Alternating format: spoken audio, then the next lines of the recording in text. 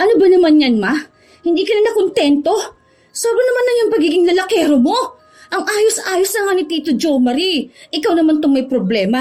Ano yan? Mukha na namang adik yung lalaki mo.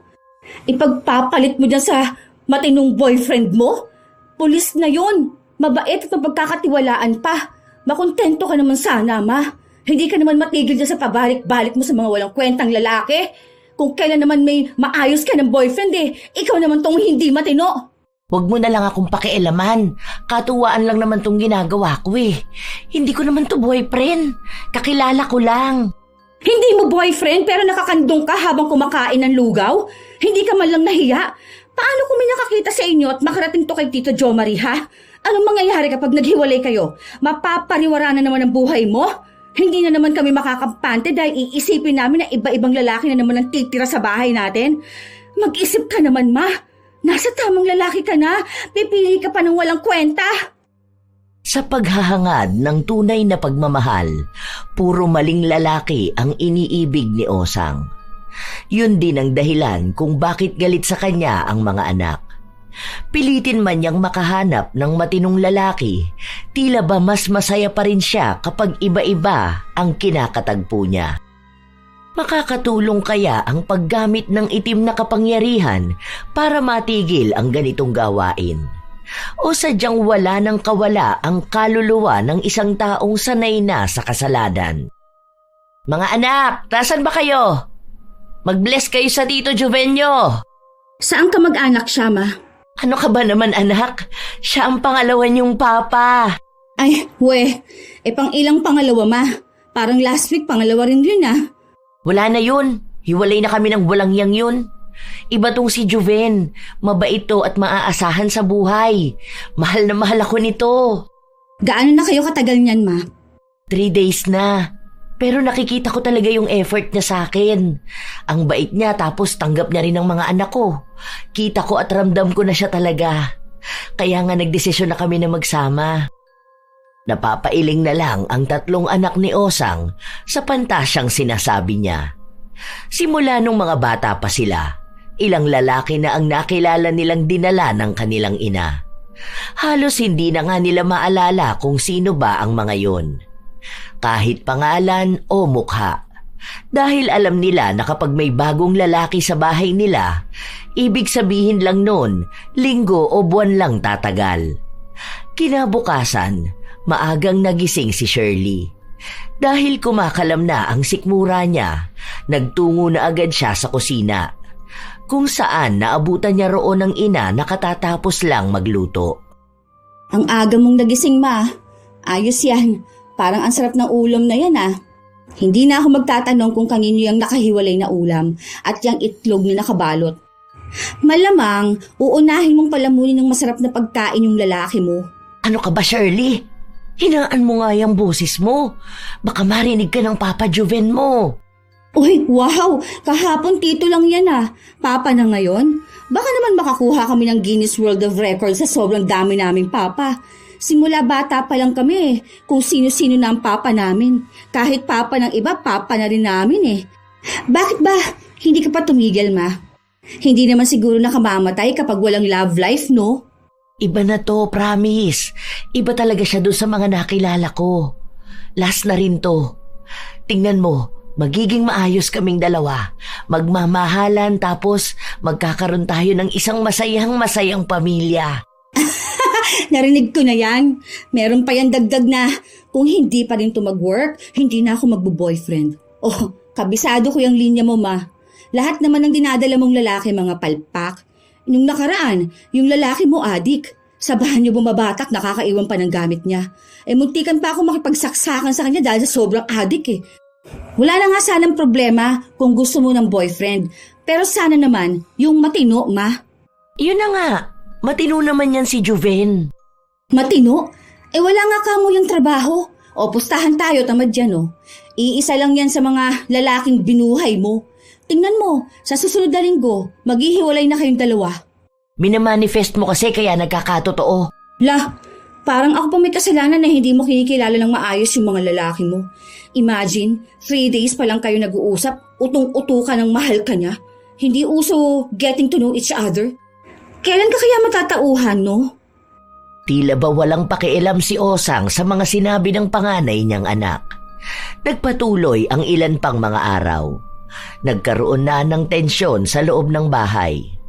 Dahil ang ugali ni Shirley, kapag ayaw niya ang ginagawa ng isang tao, bukas siyang magbigay ng komento. Lalo na kung nakatira ito sa loob ng bahay nila. Kay Shirley nakapangalan ng bahay dahil bago namatay ang kanilang lolo, bumili ito ng bahay na ipinangalan sa kanya bilang panganay. Noon kasi, doon sila nakatira sa bahay ng kanilang lolo, kaya lang nagkaroon ng away. Ang dating kasintahan ng kanyang ina ay nagnakaw sa kanila. Muntikan pang patayin ang lolo nila. Pinalaya si Osang pero tinanggap pa rin pabalik ng mga anak niya dahil sa awa sa kanya. Pero ang pangako niya na titigil na sa pagiging lalakero, hindi natupad.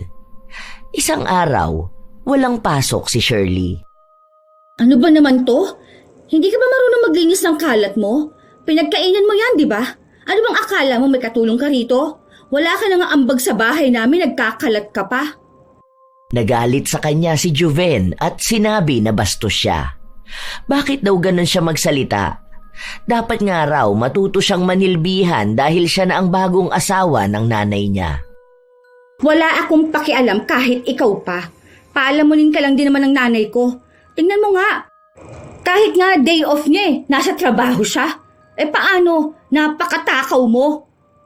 Nagkasagutan silang dalawa ni Juven. Hindi rin nagpapatalo si Juven sa mga salita niya.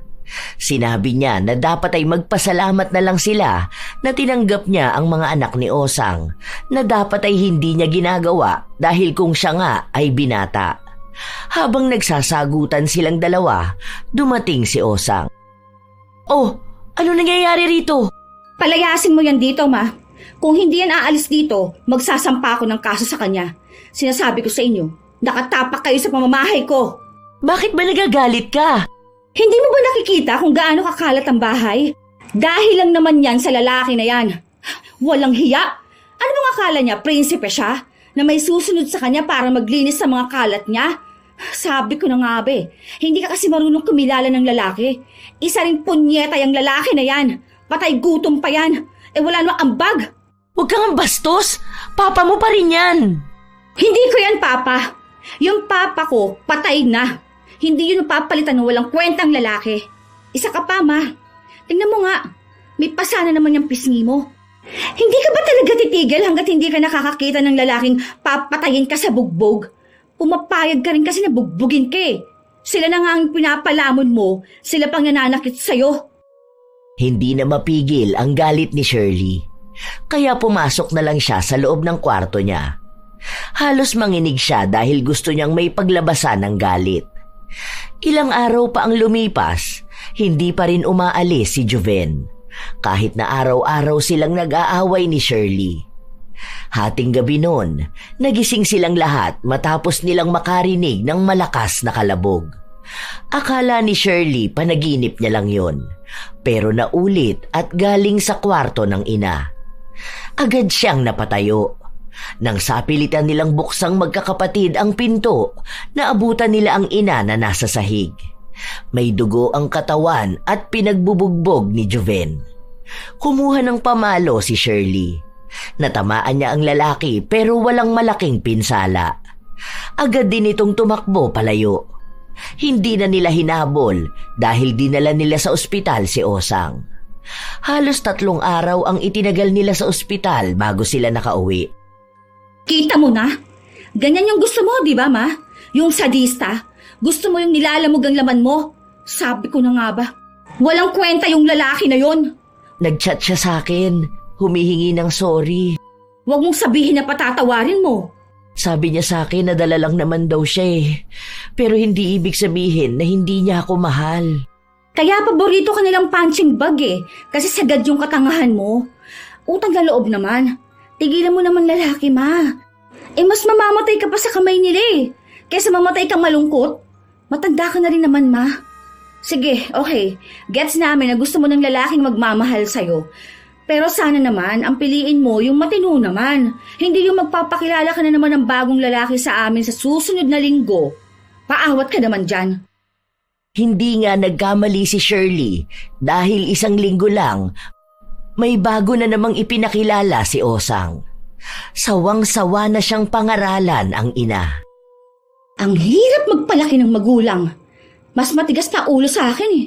Kung yung ibang anak pinagagalitan kapag may boyfriend. Ako naman tong walang boyfriend pero nai-stress sa nanay kong paiba-iba ng lalaki. Hoy, Vin, para naman wala akong kausap oh. Ano bang gusto mong sabihin ko, te? Wala ka man lang bang reaction dun sa boyfriend ni Mama? Natatanggal na yung panga. Parang may nginunguya kahit wala naman. Adik na naman ang pinili niya. Kapag ba na-stress ako katulad mo, may magbabago ba? Kung sa'yo nga hindi nakikinig si mama, sa akin pa kaya? Wala kang pakialam? Kapag meron ba, hindi na magpapakalulong si mama sa lalaki.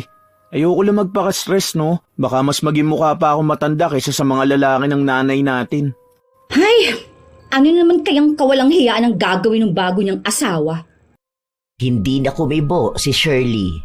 Naghihintay na lang siya ng susunod na gagawin ng adik. Kahit na anong gawin niya, takot na rin siya, lalo pat madalas na nasa bahay ay ang bunso nilang kapatid. Babae pa naman yon.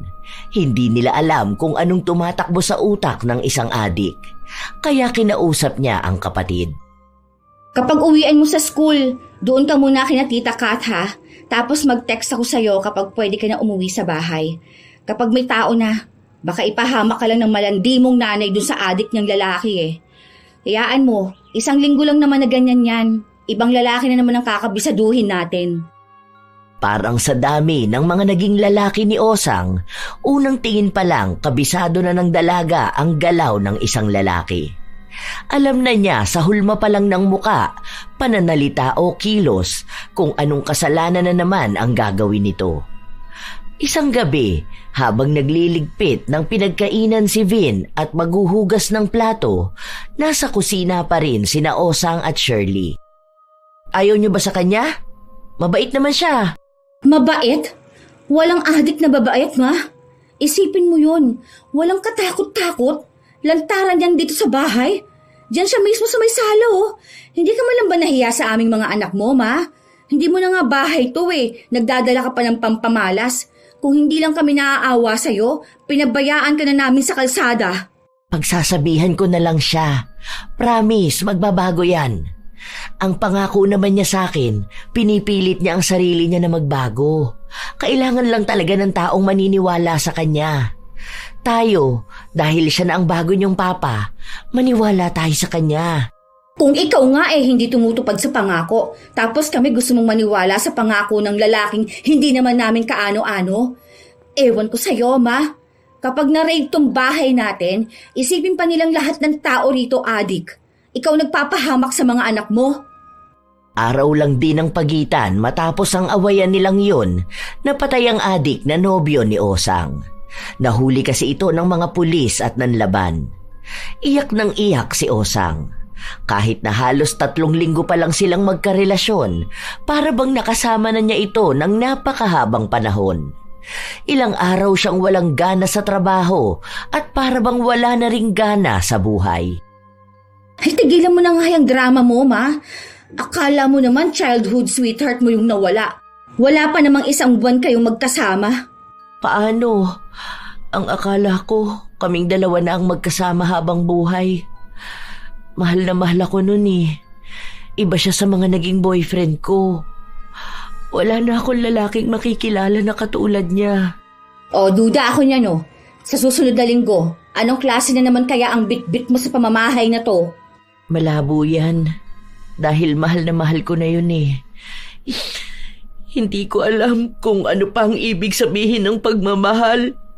Kung hindi lang din naman siya. Natawa na lang ang dalaga sa paiyak-iyak ng kanyang ina. Isang hapon, habang nasa labas si Shirley, katatapos lang ng trabaho niya, dumaan siya sa mall para samahan ang kanyang kaibigan. Doon niya nakita ang ina na may bagong kasamang lalaki. Sakto pa nga na umupo sila sa likuran nito. Hindi siya napansin dahil abala itong sinusubuan ng pagkain ang lalaki. Naririnig niya rin ang usapan ng dalawa. Ako naman ang subuan mo. Teka lang naman. Ay, ayan, nahulog na sa damit ko. Madumi na. Huwag mo na ganyan. Mamaya pa yan kapag uwi natin. Ikaw, excited ka na agad. Ang sarap nitong ice cream na to, no? May iba pang ice cream na masarap mamaya. Ano ba? Huwag mo akong ikis dyan. Nakikiliti ako. Ano ba? Ay, naku po. Nakakakilabot naman tong sinasabi ng nanay ko. Ganito ba to kapag nasa labas? Alam mo, para akong nilalamig. Yakapin mo kaya ako para naman maramdaman ko yung init ng pagmamahal mo sa akin. Ayoko na. Hindi ko na kaya makinig sa landian nila. Kahit nagutom na siya, lumipat sila ng kaibigan niya sa ibang kainan. Hindi na nawala sa isip niya kung paano maging malandi ang boses ng ina habang may kausap na lalaki. Iniisip niya na ano na lang ang sinasabi ng ibang tao kapag naririnig o nakakakita ng ganoong edad na akala mo'y kabataang humaharot. Pag-uwi niya sa bahay, wala pa ang ina. Madaling araw na ito umuwi, nakasuot ng kulay pulang damit. Para bang lumpia dyan, ma. Hapit na hapit yung suot mo, ah. Tingnan mo pa yung labi mo. Yung lipstick mo nagkalat na. May nakilala kong lalaki. Lagi naman. Kailan ba hindi ka nakakilala ng lalaki? Pero iba ito, anak. Mabait ito, hindi adik. Tapos may pangarap sa buhay. Nagtatrabaho na rin siya pero kasisimula niya pa lang. Sa susunod dadalaw yun dito sa bahay. Kapag nakita mo yun, naku, matutuwa ka. Tama na tong lalaking to na nakilala ko. Siya na talaga. Ramdam ko na siya na ang para sa akin. Hindi na lang pinakialaman ng dalaga ang kanyang ina. Hinayaan niya ito. Dahil kahit naman anong sabihin niya, walang mangyayari. Makikialam lang siya kapag alam niyang kailangan talaga. Isang araw, lumapit sa kanya ang kapatid niya at humihingi ng tulong. Kapag may trabaho na ako, te, babayaran na lang kita. Kailangan ko lang talaga ng pera sa school. Bakit? Di bang sabi ni mama siya magbibigay sa'yo? Wala pang sahod ko. Sa susunod na linggo pa. Ano ba sabi ni mama? Hiningian mo na ba ng pera? Wala nga siyang pera eh. Nangutang pa nga sa akin ng pamasahe papasok sa trabaho. Ha? Bakit? Wala naman siyang kahati sa sahod niya. Malamang kung may boyfriend siya, saan ba mapupunta yun? May trabaho naman daw yung boyfriend niya. Alam mo ba kung sino yung boyfriend niya? Nakita ko na. Ewan ko kung yun yung boyfriend na tinutukoy niya. Kung may iba pa, yun ang di ko alam. Minsan pinagsasabay niya yung dalawang lalaki eh. Kilala mo yung anak ni Ate Malu, yung naglalako ng Yakult, yung panganay nun, si Bogart na tinatawag nila? Gago? Yun ang boyfriend ni nanay? Kasing edad mo lang yun ah. Ngayon, alam mo na kung bakit wala siyang pera. Sige na, pautangin mo na ako. Deadline na nung project namin eh, wala akong maipapasa. Kailangan ko lang talaga. Next sem naman mag-a-apply na ako ng trabaho para maging working student. Inis na inis si Shirley nung nalaman niya kung gaano kabata ang nobyo ng ina. Kahit na inaantok na siya, naghintay pa siya ng ilang oras para kausapin ang ina. Nakita niya itong nakasuot ng maikling short, nakabra na itim at may suot na sobrang nipis na puting damit. Makapal din ang makeup at mukhang nakainom pa. Saan ka galing? Birthday kasi ng tropa ng boyfriend ko. So, nagpunta kami ng bar tapos ayun, napainom. Pero konti lang naman. Ba't palagising ka pa? Ayos yung damit mo, ma. Dalagang dalaga. Ganda ba? Sabi nga nila sa akin ang sexy ko raw. Kung hindi ko pa nga raw sinabi sa kanila na 3 na ang anak ko, baka aakalain nilang dalaga pa talaga ako. Mukha raw akong bata. Naniwala ka naman? Mukha ka talagang bata kung madilim sa bar. Tapos, bulag sila kasi ginasto mo lahat ng perang pinagpaguran mo para magpa-impress sa mga kaibigan ng boyfriend mong umiinom pa ng gatas. Ano ba pinagsasasabi mo? Talaga ba, ma? Pumatol ka sa bata? Sa kaedad ng anak mo? O ano naman? Totoo naman yung pagmamahal niya sa akin. Ilang beses na niyang pinaramdam sa akin na seryoso siya. Mahal namin ang isa't isa. Age doesn't matter. Diba? Saka mas masaya nga yun. Mas bata. Mas gets ako. 23 anyos, umaasa kang true love yan. Ma, ilang taon ka na ba? 50 ka na oh. Umaasa ka pa sa age doesn't matter na yan? Mapapa-age doesn't matter talaga yung bata na yon. Aba, paldo ba naman siya eh? Bigay luho? Kaya ka todo kayod sa trabaho mo para may maibigay ka lang sa kanya. Hindi lang sa kanya, sa tropa at pamilya niya. Masakit ang ulo ko, Shirley. Huwag mo ko simulan ngayon. Saka pinaghihirapan ko naman yan ah. Nagtatrabaho ko. Hindi naman ako nanghihingi ng pera sa inyo ah. Tigilan mo na yan, ma. Nakakahiya ka eh. Anong gusto mo? Ipakilala na naman sa amin yung bago naming papa? Tapos, mas matanda pa ako? Gamitin mo naman utak mo, ma. Hindi puro pagmamahal na lang iniintindi mo. Sana naman, iayon mo yung desisyon mo sa edad mo. Hindi yung kung umasta ka, akala mo teenager ka. Akala mo kung humarot ka sa labas, akala mo babaeng kararegla lang. Eh kung ikaw walang nararamdaman na hiya, bigyan mo naman ng kahihiyan kaming mga anak mo. Uuwi ka ng bahay, ganyan ang suot mo. Feeling mo dalaga kang sobrang sexy. Tingnan mo nga, nakalabas na yung kulubot mong tiyan, oh.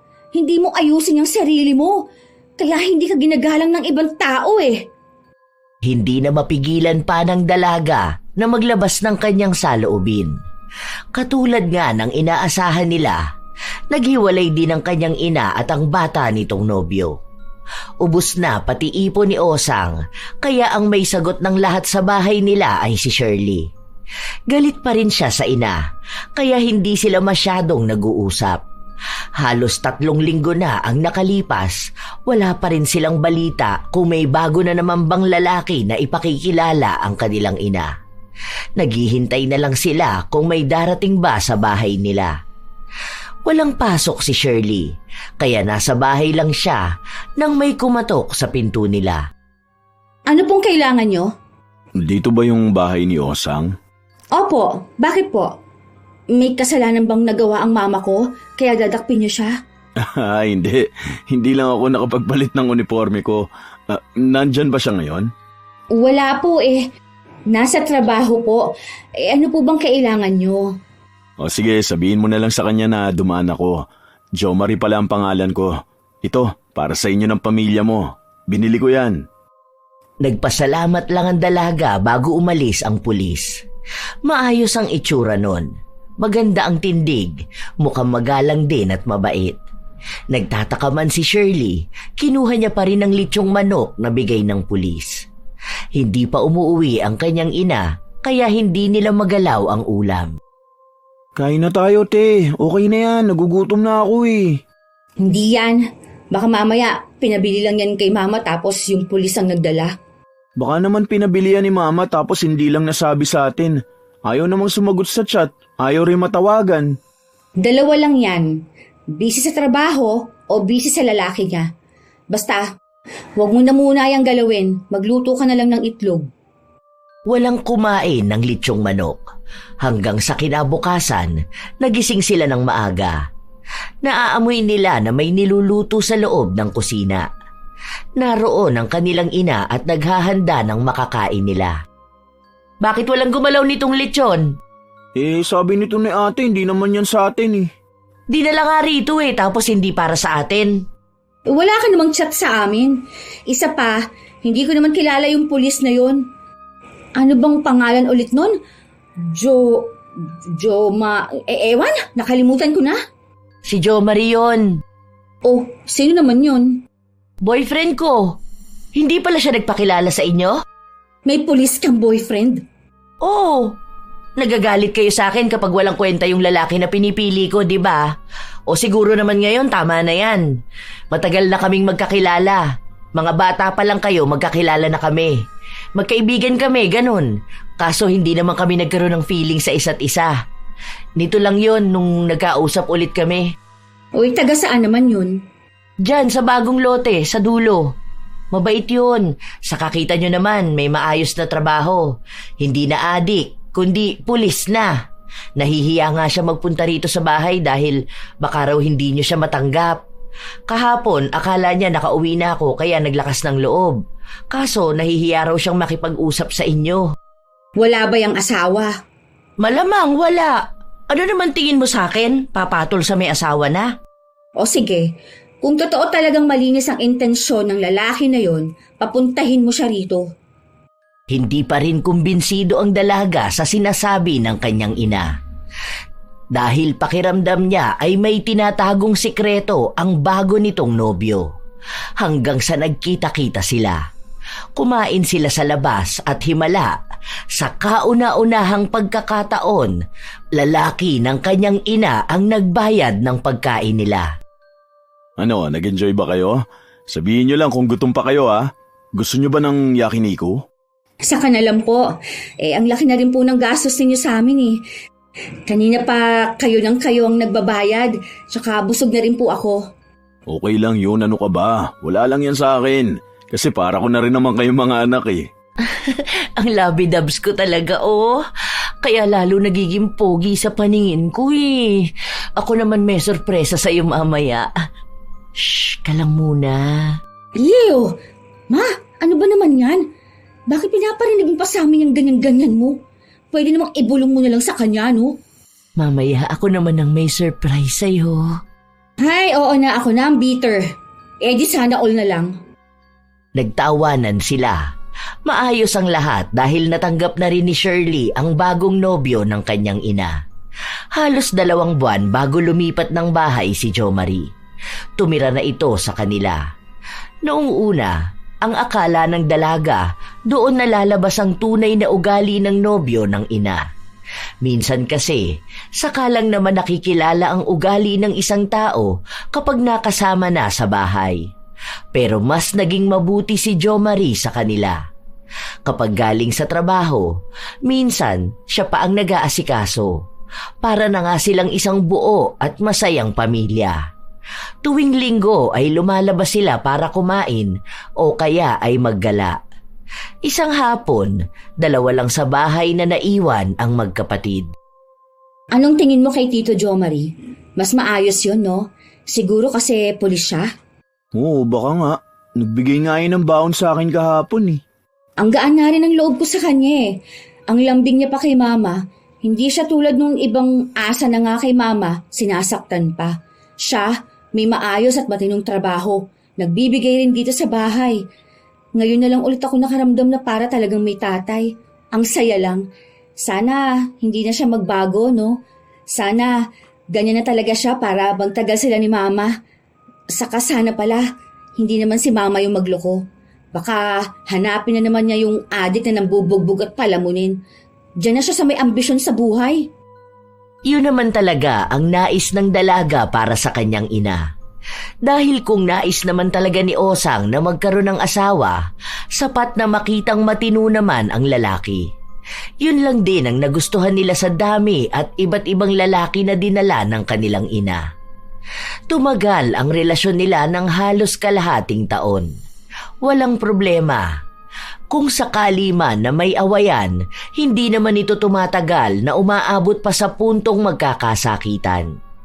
May tampuhan na normal lang din naman sa isang relasyon.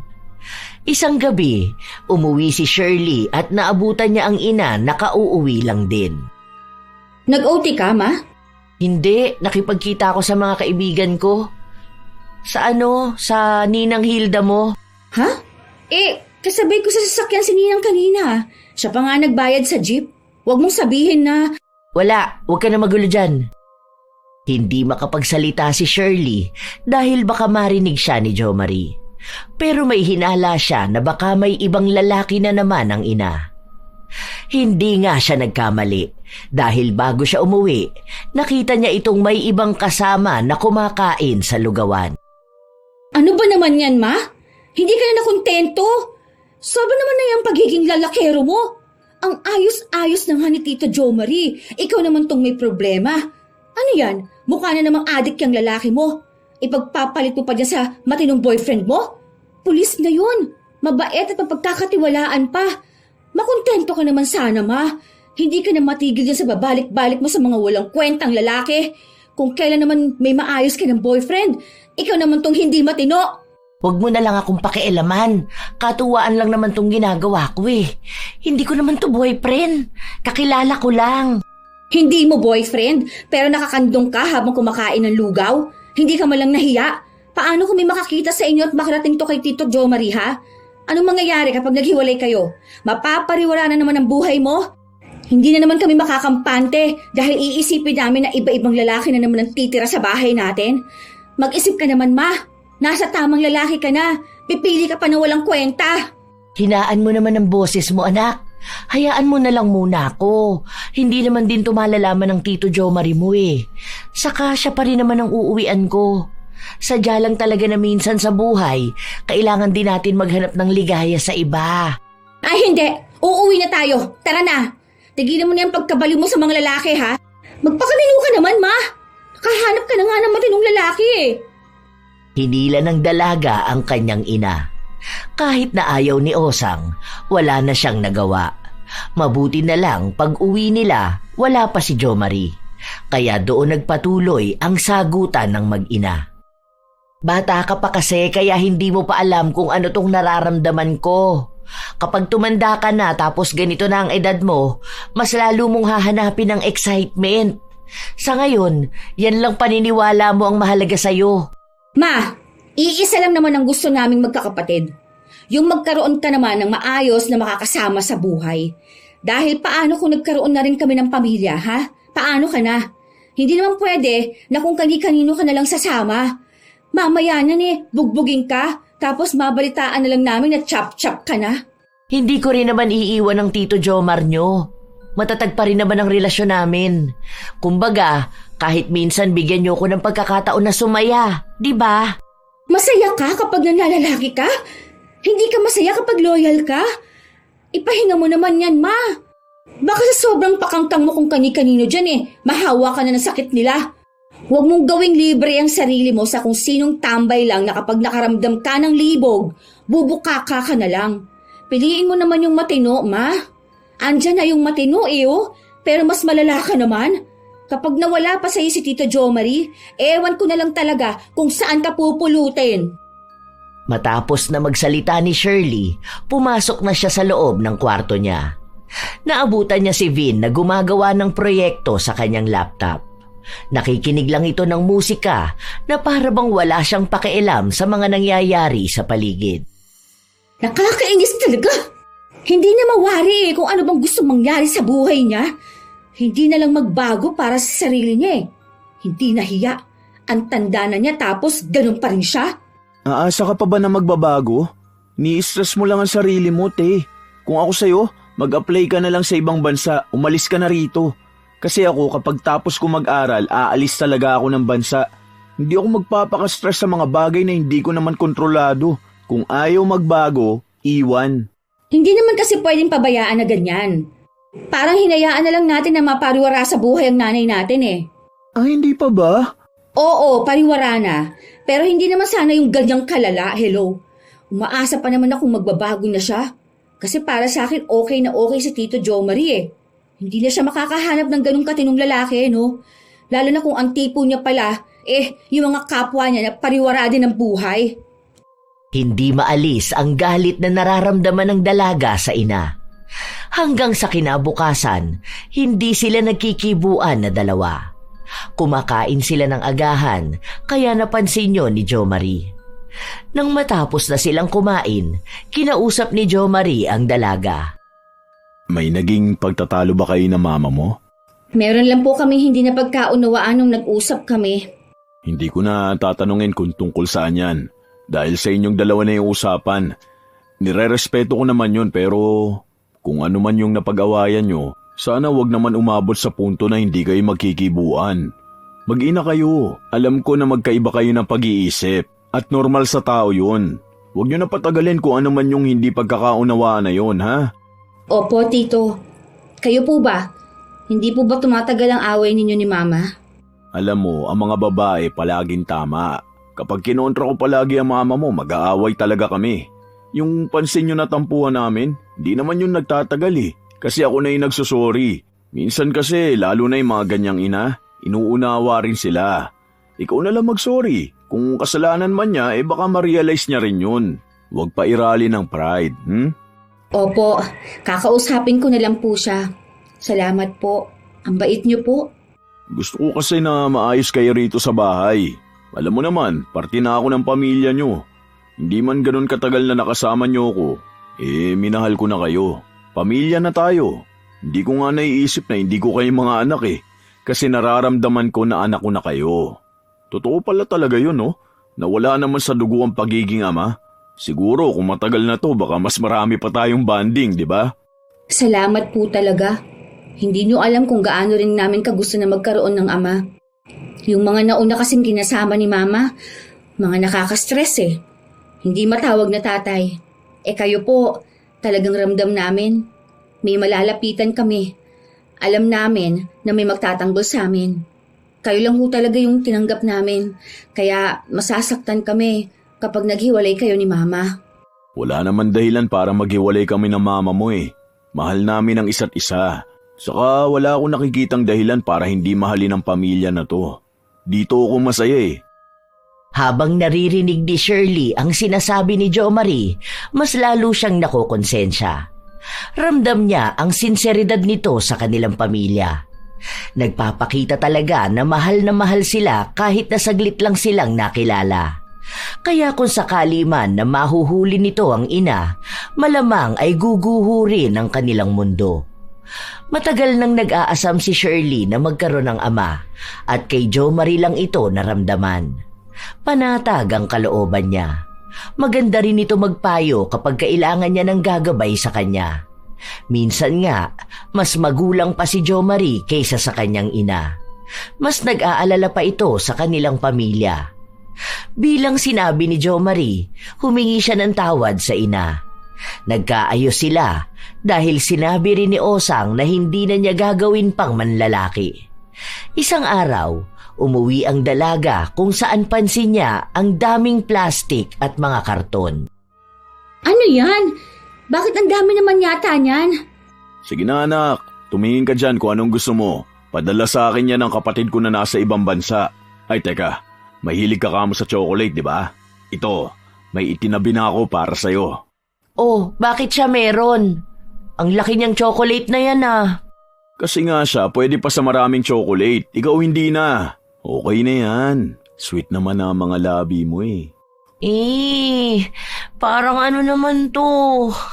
Nakakainis ka talaga. Sige, bigay mo na sa kanya yung malaking chocolate. May iba namang malaki para sa akin. Uy, wag kang ganyan. May mga bata Sabi ko sa'yo kapag may iba tayong kasama, iwasan mo yung pagsasalita ng ganyan, di ba? Lalo na nasa paligid ang mga anak mo. Hayaan mo na. Sanay naman na sila na ganito ako Hindi sila sanay. Hindi lang sila kumikibo dahil nanay ka nila. Hindi naman ibig sabihin na ganyan ka na nila nakilala Ganyan ka na talaga at hindi na magbabago. Ayusin mo naman. Ang babata pa niyang mga anak mo. Hay, salamat. May kumontra din kay Mama. Akala ko pa naman magiging bastos palagi ang bibig niyan Minsan nga mas malala pa sinasabi niyan. Ayoko kasi ng ganun Lalo na kapag may mga bata sa paligid. Ang pangit pakinggan. Buti sana kung kaming dalawa lang Oo na, sige na. May kakampi na naman ang mga to. Nakihalungkat na rin ang dalaga. May nakikita siyang magagandang damit. Nang iangat niya ang isang damit, pang sexy ito. Maikli at mukhang kita ang kaluluwa. Uy, akin na lang yan. Ganito gusto ko Ang sexy ko kapag ganito. Mamayang gabi ganito susuotin ko. Mag-ready ka na lang, Daddy. Dahil magiging madugo ang gabi natin. Rawr! Ew, kadiri. Tito Jo Marie, pwede ba sa akin na lang tong wallet na to? Oo, sige. Pwede yan kahit ano dyan. Tignan mo yung sapatos doon kung kasya sa'yo. Saka para kay Yula, pasuot mo may maliliit dyan. Saan naman dadalhin itong mga napagpilian namin? Dadalhin ko yan doon sa pinsan ko. May mga anak din kasi yun, para hindi masayang. Huwag pala yung isang box na yun Yung maliit, kasi pasabay lang sa akin yan Bukas dadaling ko yan dun sa dapat may-ari niyan. Masaya ang araw na yon para sa kanila. May mga bago ring gamit ang magkakapatid. Naging kalmado ang buhay nila. Maayos, masaya. Ito na ang pangarap nilang magkakapatid. At kahit na paano, tinupad ng ina ang pangako niyang hindi na siya manlalalaki pa. Hindi nga lang alam ng dalaga kung totoo ba o sadyang hindi niya lang nahuhuli. Isang araw, dahil walang pasok sa trabaho ang dalaga, masarap ang kanyang tulog. Pero nakarinig siya ng away mula sa labas. Akala niya ay mga kapitbahay na naman ang nagtatalo. Hanggang sa narinig niya ang kanyang ina na nagsisigaw. Dali-dali siyang lumabas kahit na hindi pagising ang diwa niya. Hindi ako malandi! Wala akong inaagaw sa'yo, ha? Kusa siyang sumama sa akin. Hindi ko nakasalanan kung boring na asawa ka kaya naghanap ng iba si Jo Marie. Basta ang alam ko, masaya siya sa akin. Sumugod ang babae, pero hinarang ni Shirley kaya siya ang nasabunutan. May mga kapitbahay silang umawat.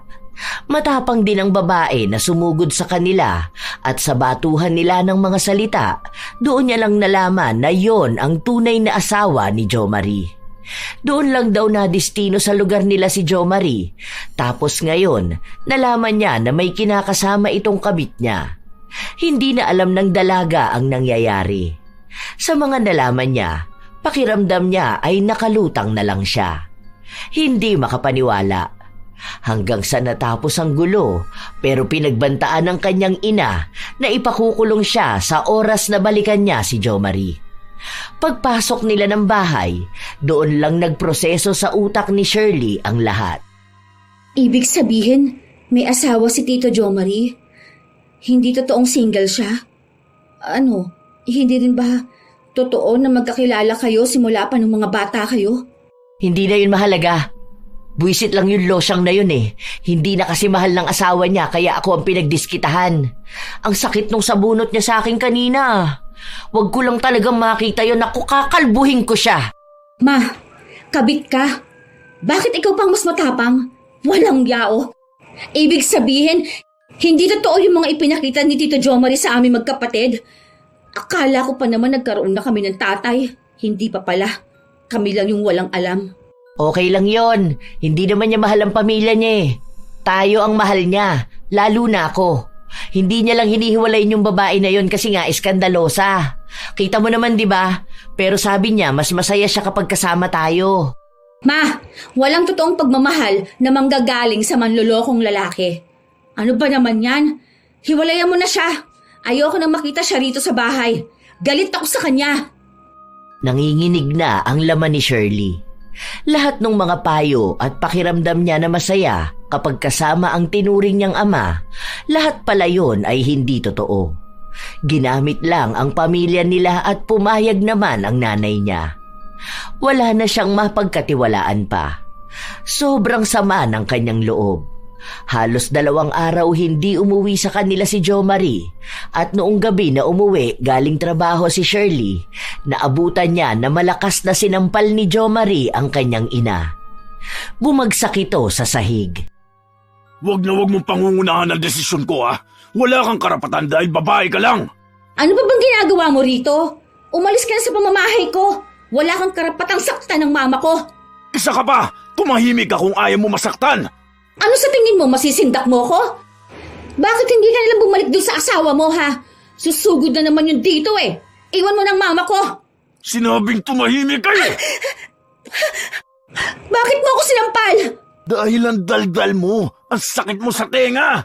Sinasabi ko sa'yo kapag hindi ka pa umalis dito sa bahay namin, tatawag ako ng pulis. Tatawag ka ng ano? Hindi pa ba pulis tong kaharap mo? Kahit na tumawag ka pa, walang magbibigay ng tulong sa'yo. Mas mabuti pa manahimik ka na lang dahil baka saktan din kita.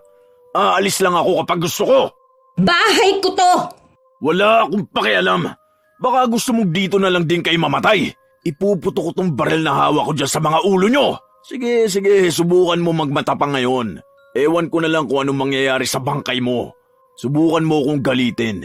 Ipuputo ko to sa ulo ng nanay mo. Sige! Hindi na nakakibo ang dalaga. Hindi rin siya nakakilos dahil nakatutok sa mga ulo nila ang baril ni Jo Marie. Matapang ang tingin sa kanila. Hindi niya alam kung anong kakayahan ng lalaking kaharap niya. Kung halang na ang kaluluwa nito, sadyang hindi sila sasantuhin. Kayang-kayang tapusin ang buhay nila. At ayaw naman yung mangyari ni Shirley. Wala siyang nagawa. Hindi niya napaalis si Jo Marie. Habang nasa loob siya ng kwarto, nanginginig pa rin siya. Hindi maalis sa utak niya ang mga nangyari kanina. Alam niyang nanganganib ang buhay nilang magkakapatid. Pero tama nga naman si Jo Marie. Saan siya hihingi ng tulong kung ang mismong kalaban nila ay pulis? Iisang bagay lang ang magagawa niya.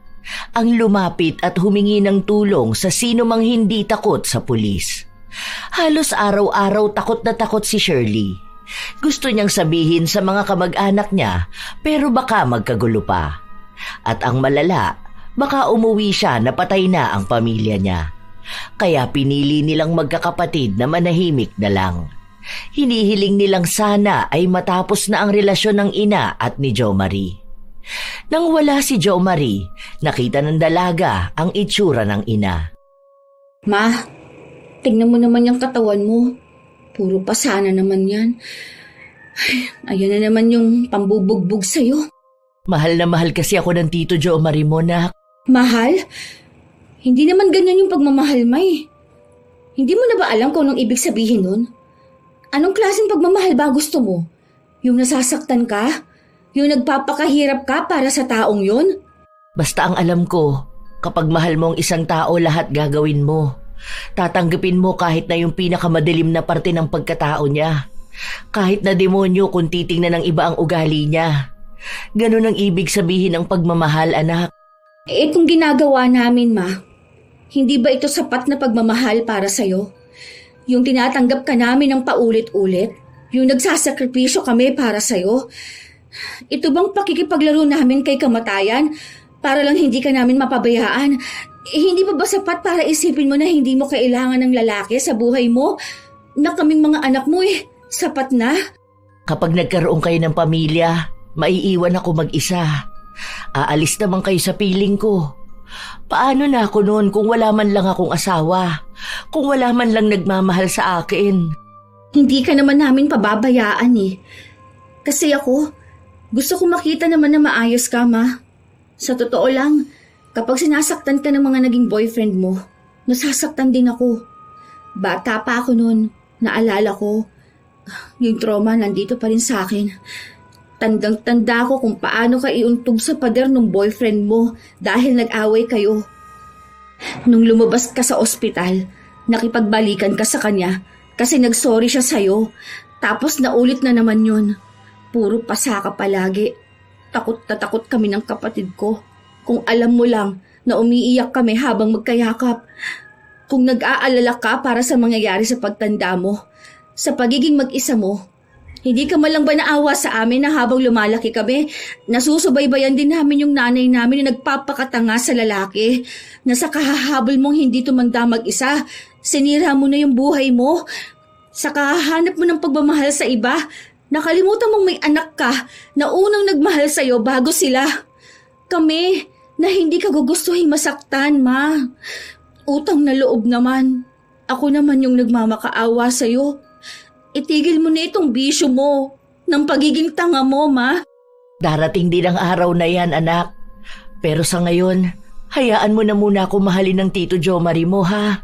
Mabait naman siya, di ba? Magaling nga ka mo siya magpayo sa'yo. Noon yun. Noong hindi pa nabibisto ang tunay niyang ugali. Tinutukan niya tayo ng baril.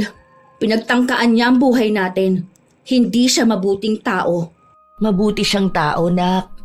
Kapag galit naman ang mga tao, normal lang namang makapagsalita ng hindi maganda, di ba? Ang makagawa ng hindi maganda. Pero hindi ibig sabihin na nagalit siya, masama na siyang tao. Naiiyak na lang ang dalaga sa mga nangyayari. Hindi niya mawari kung dahil ba to sa galit o sa awa. Basta ang alam niya, ang dalawang yan ang nararamdaman niya. Habang lumilipas ang araw, palagi nilang nakikita o naririnig na binubugbog ni Jo Marie ang kanilang ina. Pero wala silang ibang magawa. Patuloy rin naman si Osang na magsilbi kay Jo Marie sa kabila ng pananakit nito sa kanya. Ginagastusan niya pa rin. Nagtatrabaho na lang si Osang para may maibili siya ng gamit ng kinakasama. Malayo rin kasi ang asawa ni Jo Marie kaya walang magawa para balikan siya. Ayaw din naman itong tumigil. Hanggang sa isang araw, hindi na naman kinaya ni Shirley ang manahimik. Bakit bang hilig mo makialam, ha? Paano hindi ka pakikialaman kung ginagawa mong punching bag ang mama ko? Kalalaki mong tao na nanakit ka ng babae. Ano, naging pulis ka ba at babaero para pagtakpan ng pagiging bakla mo? Tarantado ka, ha? Anong nangyayari sa'yo? Ayos ka lang ba? Visit yung anak mo na yan. Ang sakit ng dibdib ko. Parang naipitan yata ako na ugat dahil sa galit. Aray ko. Hindi natuloy ang away na yon dahil dinala ni Osang ang nobyo sa kwarto nila. Pero buong magdamag nila itong naririnig na sumisigaw dahil sa sakit. Hanggang sa dinala na nila sa ospital. Wala namang ibang nakita. Walang matukoy na sakit. Kaya umuwi ulit ito sa bahay nila. Sakit talaga. Kakaiba siya. Parang may tumutusok-tusok talaga. Nahihirapan din ako huminga. Hindi ko maigalaw na maayos ang kanang balikat ko kasi lalo sumasakit. Huwag ka nalang masyadong gumalaw para hindi sumakit. Paano hindi gagalaw? Anong gusto mo? Maging baldado na lang ako? Wisit na buhay naman to. Kasalanan to ng anak mo. Kung hindi niya lang ako ginalit, hindi to mangyayari sa akin. Sa oras talaga na ma-stroke ako, puputok ang bungo ng hayop na yan. Yan na naman, ang sakit. Huwag ka na nga magalit. Sabi nga ng doktor, iwasan mo ang stress, di ba? Nagpatuloy ang sakit na nararamdaman ni Jo Marie. Maging sila ay naaabala ang pahinga kapag nasasaktan ito. Hindi kasi maipaliwanag ang sakit. Basta bigla itong huhupa, bigla ring sasakit. Walang pinipiling oras, wala ring paramdam kung aatake bigla. Kahit tulog na kasi si Jo Marie, sasakit ito ng sobra. Kaya wala na siyang ibang magagawa kundi ang sumigaw. Isang umaga, sumigaw na naman si Jo Marie dahil sa sakit. Inis na inis ang dalaga kaya lumabas siya. Pwede bang manahimik ka na, ha? Wala akong pakialam kung nasasaktan ka dahil hindi ako naaawa sa'yo. Alam mo kung bakit? Kasi tama lang yan sa'yo. Hindi nga lang dapat ganyan eh. Dapat mas malala pa dyan. Napakasababa naman ang ugali mo eh. Demonyo ka! Ginagalit mo na naman ako. Kaya sakit na naman. Anak, huwag mo naman nagalitin. Nakikita mo na nga na nahihirapan na eh. Ay, hindi pwede. Hanggat nandito yan sa pamamahay ko, gagalitin ko siya hanggang sa mamatay siya. Hindi pala pwede mamatay ka agad. Dapat ano yan eh, pagdusahan niya ng malala ang nangyayari sa kanya. Ang taong masaya sa paghihirap ng iba, walang kasing sama.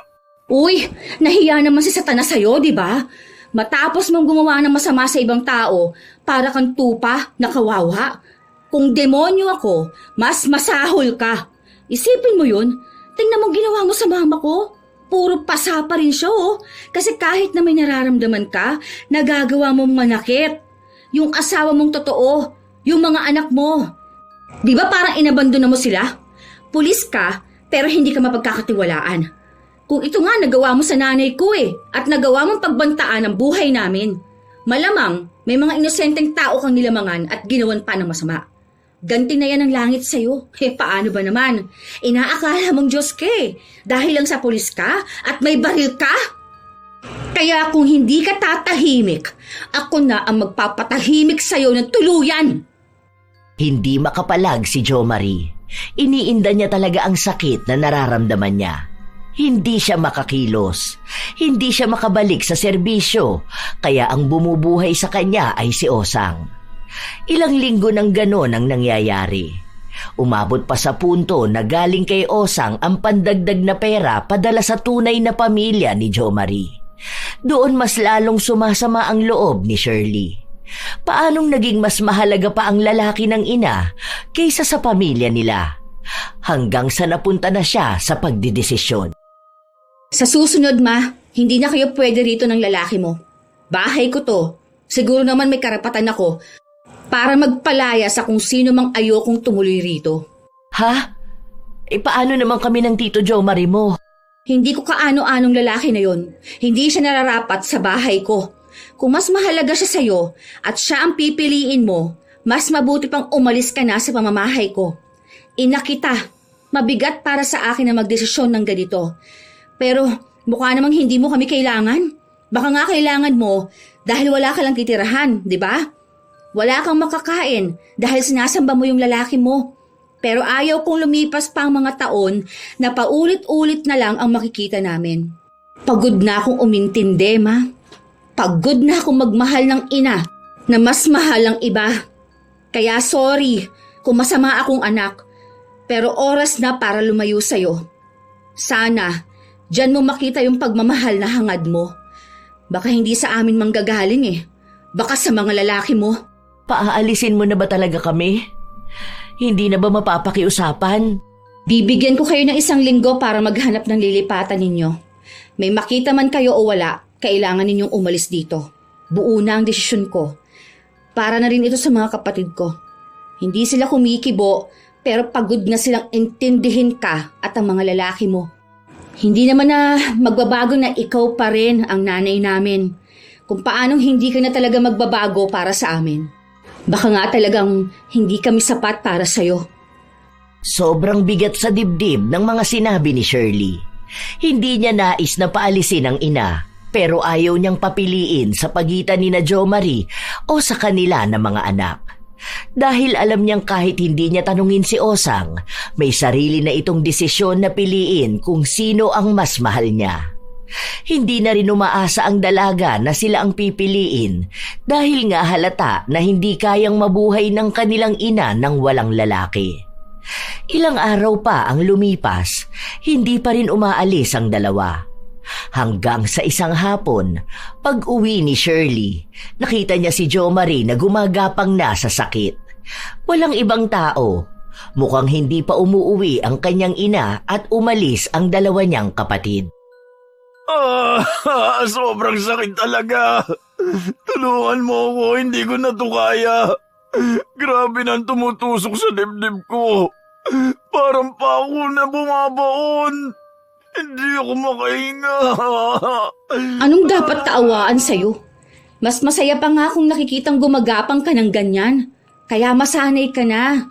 Dahil gagapang ka ng ganyan sa kalsada. Baka yung mga tao doon pwede pang maawa sa'yo, pero ako, hindi na. Wala akong awa para sa'yo. Matapang ka lang ngayon dahil alam mong hindi ko kaya makaganti sa'yo. Pero itong tatandaan mo. Sa oras na... ang sakit! Ano? Sa oras na gumaling ka, gaganti ka sa akin? Talaga ba? Paano ko naman makakasigurong gagaling ka pa? Oh, sige. Tutal, masama naman na akong tao sa paningin mo, di ba? Bakit hindi ko pasamaan lalo, di ba? Kung ako, mabibigyan ng 3 kahilingan, 3 beses kong hihilingin na parusahan ka. Gusto ko yung hindi lang normal na parusa. Yung ganyan mismo. Masakit, matagal, mahirap. Kaya ngayon, masaya talaga ako na yan ang nangyayari sa'yo. Sana humaba pa ang buhay mo para mahabang panahon ka magdurusa. Demonyo ka. Ikaw siguro ang may pakana nito sa akin, hayop ka. Magagantihan din kita. Kung tingin mo hayop ako, mas hayop ka. Halang ang bituka mo. Sabi ko nga, hindi mo na kailangan makipagpaligsahan sa pwesto sa impyerno dahil kusang bababa si Satanas para ibigay sa'yo ang trono. Ganon ka kasama. Isa ka lang tao sa paningin namin, pero demonyo ang kaloob-looban mo. Ngumisi ang dalaga sa harapan ng tinaguriang pulis, pero hindi tapat sa panunungkulan. Kaya nadagdagan ang galit na nararamdaman ng dalaga dahil nalaman niya na may kalokohan ding ginawa noon si Jo Marie. Siya ang pulis na pumatay sa tatay ng kaibigan niya dahil lang sa pinagbintangan nilang magnanakaw. Walang nangyari sa kaso dahil nga pulis ang gumawa. Sinong pagsusumbungan nila? Alam din ng dalaga na may ibang mga bata pang tinutukan ni Jo Marie ng baril at tinakot. Nagpatuloy ang araw na may sakit si Jo Marie. Palala ng palala. Kung ano-ano na nga ang sinasabi niya. May pako o matatalim na gamit na nasa dibdib niya. Pero walang pakialam ang dalaga. Hanggang sa isang gabi, bago ang araw na palalayasin na niya ang ina, nasa loob siya ng kwarto habang ang kapatid niya gumagawa ng proyekto. Aalis na sila bukas. Hindi ko alam kung kakayanin ni Mama na buhatin at alagaan yung lalaki niya. Hindi kasi mabuhay ng walang lalaki eh. Halos mamatay na nga yung Jo Marie na yun. Hindi na lang niya ibalik sa tunay na asawa. Para sana wala na siyang iisipin, di ba? Nanginginig talaga laman ko dyan sa Jo Marie na yan. Kapag nakikita ko nga siya, naaalala ko yung ginawa niya eh. Sama mo pa yung mga kwento sa akin ng mga kakilala ko. Deserve na talaga yung masaktan siya ng ganyan. Sana wag na siyang gumaling. Kasi feeling ko kapag gumaling yan, isa ako sa babalikan niyan. Hindi naman na talaga siya gagaling eh. Paano mo naman nasabi? Kapag yan nakakuha ng loan, pwede siya magpa-opera ng dibdib niya. Hindi pa rin. Hindi na siya gagaling kahit saan siya lumapit. Baka kapag nagpa-opera siya, mamatay na talaga siya ng tuluyan. Ano namang alam mo dun? Dahil ako mismo nagpakulam sa kanya. Ha? Oo, bakit? Tarantado ka? Totoo ba? Oo, nakakagalit siya. Paano matapos nung tinutukan niya tayo ng baril, may nangyari pa rito sa bahay. Pag uwi ko, naabutan ko, nakatuto kay Yula yung baril niya. Tapos kada lalakad si Bunso, sinusunod niya yung baril niya. Bored daw siya. Pinapalagay niya yung maliit na baso sa ulo ni Yula. Babarilin niya raw yung baso. Kung matatamaan sa ulo si Yula, ibig sabihin kailangan niya na ulit mag-practice. Galit na galit ako nun. Hindi ko alam kung anong gagawin ko. Kapag sinabi ko kay Mama, wala naman siyang gagawin eh. Kapag sinabi ko sa'yo, baka mapaaway ka tapos ikaw ang barilin. Kung lalapit ako sa mga pulis, baka isumbong ako sa kanya tapos ako ang pag-initan. Sakto nun, may nakita akong mangkukulam sa Facebook. Akala ko hindi totoo. Tapos nagpadala ako sa kanya ng buhok ni Jo Marie. Ang alok pa nga sa akin ng mangkukulam, ipapatay na siya. Mas maganda raw yun. Pero ayoko, hindi dahil nakukonsensya ako, kundi dahil gusto kong makita mismo na nahihirapan siya hanggang sa mawala tong galit ko. Hindi na siya gagaling dahil may turok na siya ng gamot galing sa doktor. Ibig sabihin, nagkatotoo na yung sakit niya. Mamamatay siya kapag nagpa-opera siya. Natulala ang dalaga dahil sa mga revelasyon ng kanyang kapatid. Hindi niya naisip na nakulam si Jo Marie. Ang buong akala niya ay may sakit ito na sadyang hindi pa lang natutukoy ng mga doktor. Kasi sa kanila, si Vin ang walang pakialam sa mga nangyayari. Kapag hihingan siya ng opinyon, hindi siya nagsasalita. Para bang wala siyang pakialam sa nangyayari. Yun pala, kinikimkim niya lang ang lahat ng galit niya. Hanggang sa naisipan niyang gumanti. Mangkukulam lang naman ang malalapitan niya na tutulong sa kanila. Kahit na mali ang ginawa niya, alam niyang ligtas na sila kapag hindi na makagalaw si Jo Marie. Kinabukasan, hindi nakatulog ng maayos si Shirley. Iniisip niya kasi ang ginawa ng kapatid. Paggising nila, may mga gamit na nakaempake na sa sala. Aalis na nga talaga si Mama. Mas pinili niya yung lalaki niya. Hayaan mo na, te. Sa ganun talaga ang buhay, di ba? Baka kasi iniisip din ni Mama na sa hirap at ginhawa dapat magkasama sila. Kahit na may iba namang asawa yung lalaki. Okay lang yan. Para iwas galit at hindi na madagdagan ng lalaking ipapakulam ko. Hindi kumibo si Shirley. Sobrang bigat ng kanyang dibdib. Para ring uminit ang kanyang pakiramdam. Para bang lalagnatin siya dahil sa sama ng loob. Hindi siya nagpakita ng emosyon. Walang lungkot. Para na siyang naging si Vin. Hindi na siya naging madaldal. Dahil napagtanto niya na wala naman ang mga salita niya kung mismong ina ang ayaw manatili at magbago. Aalis na kami. Mag-iingat ka na lang. Buti na lang, maliit na porsyento lang ang iniisip kung may pag-asa na makikita mong mahalaga kami ng mga anak mo. Sana, mahalin ka niya katulad ng pagmamahal na hangad mo. Mapunan niya yung hindi namin napunan. Mag-ingat kayo. Yon ang mga salitang binitawan ni Shirley bago tuluyang umalis ang kanilang ina. Sobrang tahimik ng kanilang bahay sa mga nakalipas na linggo. Patuloy silang nabubuhay na walang ina. Pilit na kinakaya. Tinanggap nila na parehong magulang nila ang nawala sa kanila. Ganon din naman kahit noong mga bata sila. Mas naging magaan lang ngayon dahil umalis na si Osang. Ibig lang sabihin, hindi na sila mangangamba na may kung sinong lalaki ang pupunta sa bahay nila at ipakikilala na pangalawa nilang ama sa pang-ilang libong beses. Tapos, iisa lang naman ang mga ugali. Isang araw, habang naglilinis ng bahay ang magkakapatid, nakarinig sila ng katok. Si Shirley ang nagbukas at nakita niya ang kanilang ina. "Kumusta na kayo, mga anak ko? Kumain na ba kayo? Bumili ako ng paborito niyong inihaw na manok. Tara, gagawa ako ng sausawan niyo. Toyo na may sili at kalamansi." Anong ginagawa mo rito? Miss na kayo ni Mama. Alam niyo ba na inipon ko pa tong lakas ng loob ko para puntahan kayo? Sorry mga anak ko. Sorry sa pagkukulang ko bilang nanay niyo. Sorry sa mga pagkukulang na nagawa ko. Hayaan niyo sana na bumawi si Mama sa inyo. Hindi na to pangako, kundi tutuparin ko na talaga. Paano yung lalaki mo? Noong araw na umalis kami rito, hinatid ko siya sa totoo niyang asawa. Ako, nagpatuloy ako sa pagtatrabaho. Naghanap ako ng matutuluyan ko para makapag-ipon ng pera. Doon ko binago ang sarili ko. Dahil ipinangako ko sa sarili ko na babalik ako at magpapakita sa inyo kapag kilala ko na rin ang sarili ko. Kapag talagang alam ko na kung paano talikuran ang mga mali ko. Mahirap yun, pero tama lang naman sa akin na mahirapan. Dahil yun din naman ang ginawa ko sa inyo eh. Pinahirapan ko rin ang damdamin nyo. Alam ko na mahirap akong patawarin. Hindi ko kayo pipilitin. Pero maghihintay ako na dumating ang araw na mapapatawad nyo rin ako.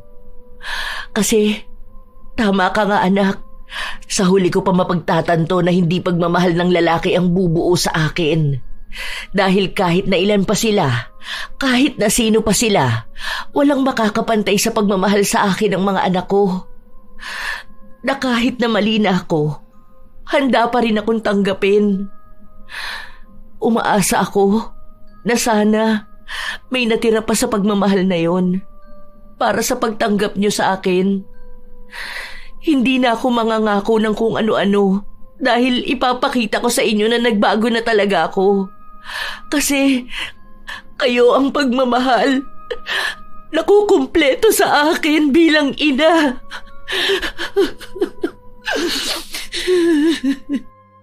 Hindi na napigilan ni Shirley ang maiyak. Niyakap niya ng napakahigpit ang ina. Kasunod din ang dalawa niya pang kapatid. Ganun lang nila kadaling napatawad ang ina. Dahil mahal na mahal nila ito. Bumalik sa bahay nila si Osang. Nakita nga nila ang pagbabago nito. Hindi na siya ang Osang na hayok sa lalaki.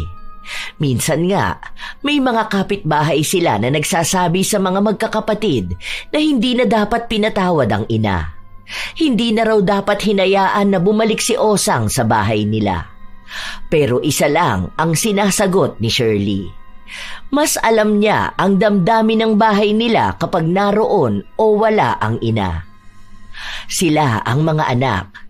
Sila ang nagmamahal sa ina, kaya walang kahit na sino ang magdidikta sa kanila kung dapat o hindi dapat magpatawad. Hindi sila klase ng tao na matigas ang puso para sa ina. Kung kaya ng iba na hindi magpatawad at magtanim ng galit, hindi sila ganun lumaki. Dahil kahit lalakero ang kanilang ina, hindi naman sila hinayaan na maging pariwara. Sa paglipas ng mga buwan, pinakita ni Osang ang pagmamahal sa mga anak. Nawala na rin siya ng atensyon sa mga kalalakihan. Isang araw, nasa labas sila habang kumakain, may nakakilala kay Shirley. Dati niya itong guro. Nagkaroon sila ng kaunting usapan bago umalis. Sino yun, Nak? Siya ba yung kinukwento mo noon na mabait mong teacher? Yung sa English yata? Medyo namumukaan ko kasi siya eh. Nakita ko na yan dati. Opo, ma. Alam niyo ba, single yan? 55 na ata siya pero hindi siya nagkaroon ng asawa at anak dahil masyado raw siyang nag-focus sa trabaho niya. Hindi na raw niya naharap eh. Tapos, biglang isang araw, matanda na pala siya para sa pag-ibig. Oh, bakit naman? Sayang ah, may itsura siya. Mukhang may crush pa si mama dun, oh. Ano yan? Pumapag-ibig na naman? Hindi, sinasabi ko lang. Kasi sayang ang lahi niya. Saka 57 pa lang naman siya. At hindi halata. Parang late 40s siguro. Pwede pa yan magkaroon ng asawa at anak. Ang mga lalaki, pwede pa yan kahit na anong edad. Hindi katulad ng mga babae. Parang kapag umedad ka na, ang pangit na tingnan na magkaroon ng boyfriend. Hindi naman. Kahit na anong edad ng babae, pwede pa naman. Basta yung maayos lang na boyfriend, di ba? Hindi yung linggo-linggo, iba't ibang tambay kada kalyang naging boyfriend niya. Pero kung yun ang magiging boyfriend mo, ma, pasado na sa akin yun. Ano, kayo ba? Sa akin din. Ang pogi nun. Singkit pa. Baka magkaroon pa tayo ng kapatid. Ay, menopause na nga pala si mama. Pero pwede na rin natin maging bagong papa. Kakamiss magkaroon ng bagong papa eh. Ay, tigilan niyo ako. Kayo talaga mga bata kayo, ako na naman ang napagtripan niyo. Hala, kumain na kayo dyan. Tigilan niyo ako dyan sa reto-reto na yan ha. Kain na. Nagtawanan lang sila na nagdagdag ng gaan sa kanilang araw. Nagiging biruan na nila yon, lalo na kapag may nakikita silang lalaki na hindi nalalayo sa edad ng kanilang ina. Yon ang naging magandang simula sa kanilang buhay. Sa paglipas ng panahon, pinatunayan nila na ang pagmamahal sa kanilang pamilya ang higit na mahalaga sa lahat. Wala na rin silang ibang naging balita kay Jomar, kung gumaling ba ito o kung buhay pa siya. Basta ang alam lang nila, ibinauna nila sa limot ang anumang masalimuot na parte ng kanilang nakaraan. Hindi na ito makakaapekto sa kanilang hinaharap. Basta sama-sama sila at nagmamahalan. Dumarating sa buhay ng mga tao ang paghahanap ng pagmamahal mula sa iba, lalo na kung pakiramdam ay palaging may kulang. Ngunit minsan, sa sobrang pagnanais na mapunan ang puwang sa puso, napupunta sa maling tao. Mga lalaking dumarating lang kapag may pakinabang para sa kanila o mga nag-aalok ng init pero hindi ng katapatan. Hindi lahat ng pumapasok sa buhay ay tunay na pag-ibig. May mga darating para pansamantalang punan ang lungkot, hindi para manatili ng pangmatagalan. At kapag paulit-ulit nasasaktan, doon natututunang hindi lahat ng atensyon ay pagmamahal at hindi lahat ng pag-aalok ay pangmatagalan. Huwag hayaan na malinlang ng maling pag-ibig dahil lang sa nagnanais na may pupuno sa lungkot na nararamdaman. Isipin kung sino ba ang nananatili. Ano ba ang tunay na kahulugan ng pagmamahal? Hindi ito makikita sa mga lalaking pansamantalang dumaraan sa buhay, kundi mga bisig na yumayakap sa pagod mong pagkatao. Ang mga taong kusang nagbibigay ng pagmamahal ng walang sukatan. Ito ay ang iyong mga anak. Sila ang pagmamahal na hindi nang iiwan, hindi nang huhusga, hindi nagtatakda ng kondisyon. Sa bandang huli, doon maiintindihan na ang paghahanap ng pag-ibig sa labas ay hindi masama, pero hindi mo kailanman dapat kalimutan na ang tunay na pag-ibig ay hindi kailangang hanapin sa iba. Dahil minsan, matagal na pala itong nasa loob ng bahay, naghihintay lang na makita. Ang pagmamahal ng mga anak ay hindi pinakamadaling makita, pero ito ang pinakamahirap palitan, pinakatapat at pinakatotoo. At kapag doon natutunan ibalik ang puso, hindi na muling maghahanap ng kulang dahil buo na kung saan ka unang minahal. Sadya talaga na may mga inang naghahangad ng pagmamahal sa iba. May mga sinuswerte na nakakatagpo ng totoo, may mga hindi naman. Pero sana, malaman din na ang pagmamahal sa pamilya ang unang pag-ibig na hindi dapat kalimutan. Sa mga apo ko na nakatagpo ng pag-ibig sa pangalawang pagkakataon, ano ang inyong maibabahagi na kwento? At kung kayo rin ay may komento at opinyon, maaari nyo yang ibahagi para aming mabasa.